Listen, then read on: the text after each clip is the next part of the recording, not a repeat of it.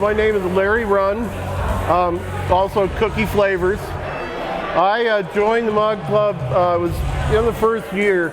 I would have been amongst the first 50, but due to economic stresses beyond my control, I was not able to continue. I was able to join the Mug Club, I believe. I was like the second or third person after the first 50. So, although I was not amongst the initial, I was pretty darn close. So it was the goofy little banners that were out by the road, said brewery. And I went, no way, there's a brewery here. Because I've been looking for breweries. We had moved down to this area from Boulder, and our closest brewery there was Avery, when it was back in the alleyway.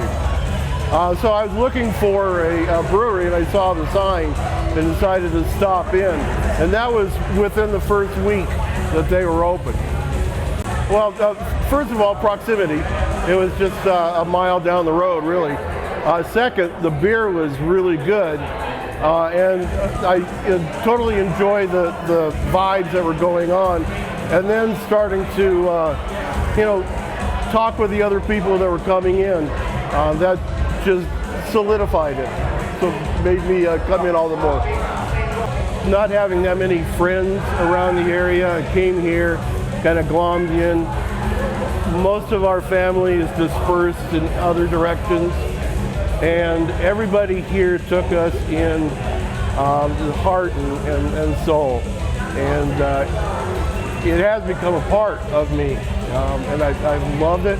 And I was really quite devastated when I learned that it was going to be closing.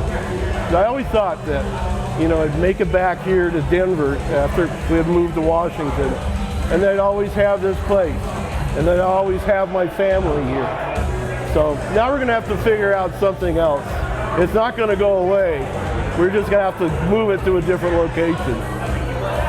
The first one, I think, was with Covio. It was during Festivus, and he brought in the pole, as he does now, or has. And I was here with him that one night, and he handed it to me and asked me about, what is it? I forget, but asked me a question about it. Now, leading up to that, we have a little printer that prints out little pictures. And my wife, Christy, has printed out like 3 or 4 pictures of Covio and put them on magnets, and they're stuck on our refrigerator. There's so much so that my granddaughters, when they take a look at it, they'll go, "Why is that man on the refrigerator?" So when they ask about, the Festivus, about, regrets or whatever it is, I said, I got, 3 damn pictures of you on my refrigerator, none of me. And he just leans in and gives me a big old kiss on the cheek. Stephanie Kissock had that all on video. And so we relive that every year. Other things, teaching people how to play cribbage, and then just totally kicking their asses every time. John Smoller thinks he can play cribbage. He can't.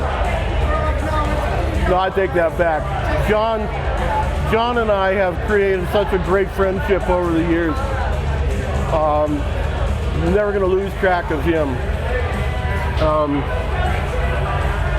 When the Avs were playing, they had a display of, I think it was Well Bred and Snowed In on the bar.